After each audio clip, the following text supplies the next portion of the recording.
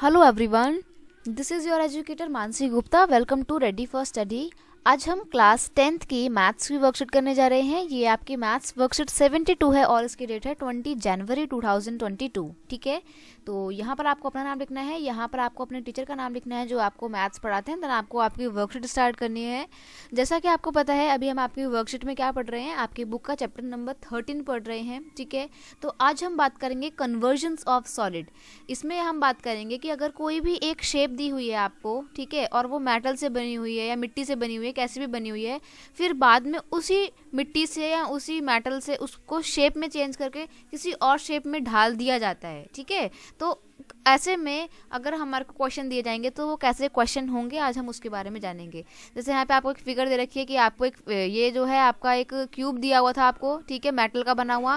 Then इस metal को आपने हीट करके एकदम जो है क्या बना लिया, लिक्विड फॉर्म में कन्वर्ट कर लिया, और अब आप उसको एक स्फीयर के तौर पे, सॉरी एक सिलेंडर के तौर पे ढाल देंगे। ठीक है, अब इसकी शेप जो है आपने चेंज कर दी और आपने सिलेंडर बना दिया। ठीक है, तो क्वेश्चन पूछ लेगा कि अगर ये क्यूबॉइड की एक साइड इतनी थी तो आपको क्यूबॉइड का जो है, सॉरी क्यूब का एरिया तो आपको पता लग ही जाएगा। अब आपसे पूछ लेगा कि जो सिलेंडर का आपने इस क्यूब को जो आपने सिलेंडर के तौर पे ढाला, उसकी आपकी आर दी हुई होगी, आपको बोलेगा इसकी एच निकाल दो, या एच दी हुई होगी तो बोलेगा आर निकाल दो। तो मतलब ऐसे क्वेश्चन आपके होंगे। ठीक है, तो उसके एग्जाम्पल देखो यहाँ पे आपको दिए हुए हैं। ये आप देखेंगे एग्जाम्पल्स अगर आप देखेंगे तो आपको समझ में आएंगे कि कैसे करा हुआ है। हम देखते हैं क्वेश्चन। पहला क्वेश्चन आपको दिया हुआ है कि अ metallic sphere of radius 4.2 centimetre. एक मेटल का जो स्फीयर बना हुआ है, गोला है मेटल का बना हुआ, उसकी रेडियस कितनी है, 4.2 सेंटीमीटर उसकी रेडियस है। ठीक है, it melted and recast into a shape of cylinder, यानी कि इसको पिघलाया जाता है और दोबारा उसको सिलेंडर की शेप में ढाला जाता है। ठीक है, अब सिलेंडर की शेप का बनाया जाएगा उस मेटल को। ठीक है, और जो सिलेंडर है उसका रेडियस कितना है, फिर सिलेंडर बनने के बाद उसका रेडियस 6 सेंटीमीटर आता है। बोल रहा है आपको हाइट निकालने के लिए। ठीक है, तो हम देखते हैं क्वेश्चन। ये आपका आंसर नंबर 1 है, तो आप इसमें लिख लीजिएगा आंसर 1। ठीक है, चलो देखते हैं कैसे कैसे होगा। सबसे पहले तो आपने यहाँ पर एक स्फीयर बनाना है। इस स्फीयर को मैंने कन्वर्ट करके क्या बना दिया, सिलेंडर बना दिया। ठीक है, तो इसका मतलब ये है कि जितनी मिट्टी इसको बनाने में लगी होगी उतनी ही मिट्टी का ये भी बनेगा, उतनी ही मेटल का ये भी बनेगा, है ना। तो इसका मतलब ये है कि वॉल्यूम ऑफ स्फीयर बराबर होगा वॉल्यूम ऑफ सिलेंडर के, क्योंकि दोनों सेम मिट्टी से बने हुए, सेम मेटल से बने हुए हैं। तो आपका जो वॉल्यूम ऑफ स्फीयर होता है उसका रूल क्या होता है, 4/3 पाई आर क्यूब होता है। ठीक है, वो बराबर होगा आपकी वॉल्यूम ऑफ सिलेंडर के, और सिलेंडर के वॉल्यूम का रूल होता है पाई आर स्क्वायर एच। तो दोनों में पाई की वैल्यू तो सेम रहेगी, 22/7। तो इसलिए मैंने क्या करा, पाई को पाई से कैंसिल कर दिया। ठीक है, तो अब आपका क्या बचा, आपका बचा 4, और आर की वैल्यू आर क्यूब बचा। तो यहाँ पे आपकी आर कितनी थी, 4.2 आपकी आर दी हुई है स्फीयर की, तो 4.2 मैंने यहाँ पे लिख लिया। ठीक है, अब उसके बाद आपको यहाँ पे अपना वॉल्यूम ऑफ सिलेंडर रखना है, तो पाई तो कैंसिल हो गया, बचा आर स्क्वायर। तो आपका जो सिलेंडर था उसकी आर कितनी थी, उसकी आर थी 6 थी, सॉरी। तो 6 × 6, और एच की वैल्यू नहीं दी हुई है, एच तो निकालना ही है आपने। ठीक है, तो देखो पहले तो मैंने ये 3 के टेबल से काटा, 3 × 1 = 3 और ये 3 × 4 = 12। 14 नंबर पे ये 3 से कटा, 14 नंबर पे। ठीक है, फिर उसके बाद मैंने इसको 2 के टेबल से कैंसिल करा है, 2 × 7 = 14 और 2 × 5 = 10। ठीक है, तो यहाँ पर मेरा 5 आ गया। बाकी के सारे मैंने 2 के टेबल से कट करे, 2 × 2 = 4 और 2 × 1 = 2 और 2 × 5 = 10। ठीक है, सेम यहाँ पे ये मैंने यही करा है। आपका अब क्या क्या बच गया आपके पास बच गया 4 और 7, 4 × 7 = 28। तो मैंने यहाँ पे मल्टीप्लाई करके लिख लिया। 21 को 21 से मल्टीप्लाई करोगे आपका आएगा 441। ठीक है, 5 5 5 3 बार 5 है, इनको मल्टीप्लाई करोगे 125 आएगा।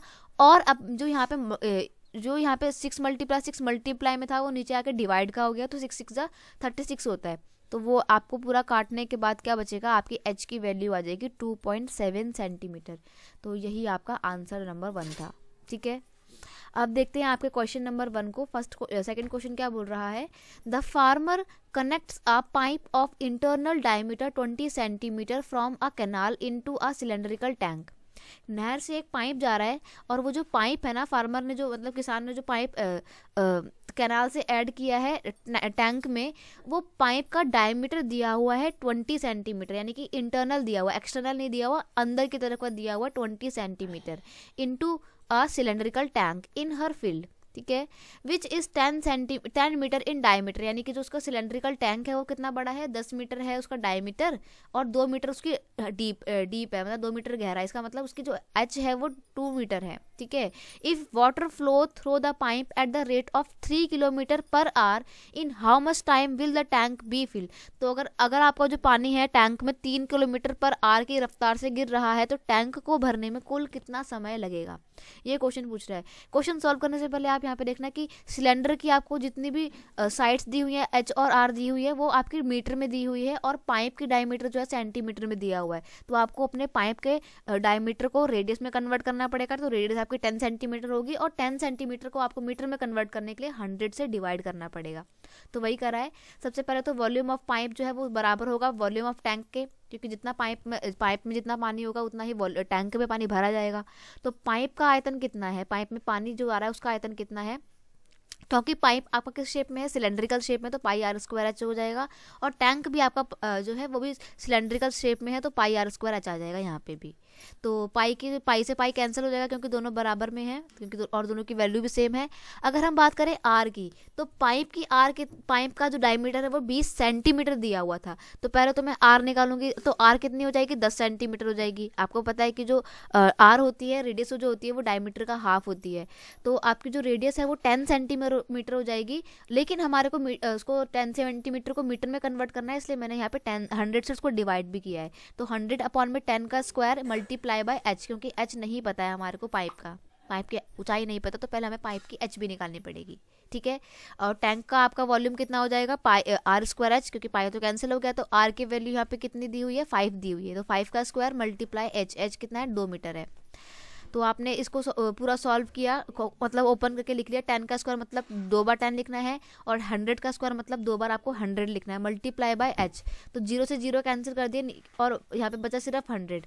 और यहाँ पे 5 का स्क्वायर क्या होता है, 25 2 जा 50 होता है। ठीक है, तो आप जब है इसको पूरा सॉल्व करेंगे, ये 100 जो यहाँ पे डिवीजन में है इधर आके मल्टीप्लाई का हो जाएगा। ठीक है, तो 25 मल्टीप्लाई 2 मल्टीप्लाई बाय 100, तो आपका पूरा सॉल्व करके आएगा 500 मीटर आपका आंसर आ जाएगा। लेकिन इसको पहले हमें किलोमीटर में कन्वर्ट करना पड़ेगा। क्यों, क्योंकि हमारे को जो टाइम की स्पीड दी हुई है ना क्वेश्चन में, वो कितनी दे रखी है, वो दे रखी है 3 किलोमीटर पर आवर। ठीक है, तो हमारे को उस हिसाब से इसको आपका जो एच निकली है उसको किलोमीटर में कन्वर्ट करना पड़ेगा। आपकी किलोमीटर में कन्वर्ट करने के बाद एच कितनी होती है, 5 किलोमीटर होती है आपकी एच। हाइट जो है वो पाइप की 5 किलोमीटर है, यानी कि पाइप जो है 5 किलोमीटर लंबा पाइप है, बहुत लंबा पाइप है। अब पानी की जो स्पीड है वो कितनी है, 3 किलोमीटर पर आवर की स्पीड से पानी आपका आ रहा है। तो टैंक भरने में टोटल कितना समय लगेगा, जो 5/3 आवर, आपका जो पाइप है उसको टाइम से डिवाइड, पाइप की जो ऊंचाई है उसको टाइम से डिवाइड कर दीजिए। घंटे में है, घंटे को सेंटीमीटर में मीटर में कन्वर्ट करने के लिए 60 लिखा है। क्यों, क्योंकि 1 घंटे में 60 मिनट होते हैं। तो 3 1 जा 3, और 3 2 जा 6, और 0 का 0। ठीक है, तो आपकी 20 को 5 से मल्टीप्लाई किया, क्या आ गया, 100 मीटर आ गया। 100 metre is equal to 1 hour 40 minutes. ठीक है, तो बस आपका ये आंसर सिर्फ इतना था। थोड़ा सा लंबा था क्वेश्चन, बट इम्पॉर्टेंट क्वेश्चन है। इसमें ऐसे पेपर में क्वेश्चन काफ़ी आते हैं, तो इसको थोड़ा ध्यान देना आप। आज का जो वीडियो लेक्चर था वो सिर्फ इतना था। आई होप आपको ये क्वेश्चन समझ में आए होंगे। अगर वीडियो अच्छा लगता है तो उसे अपने दोस्तों के साथ शेयर कीजिए, वीडियो को लाइक कीजिए और कमेंट करके बताना वीडियो कैसा लगा। और अगर चैनल पर नए हो तो सब्सक्राइब करना मत भूलना। मिलते हैं नेक्स्ट वीडियो में, तब तक के लिए thank you so much, bye bye.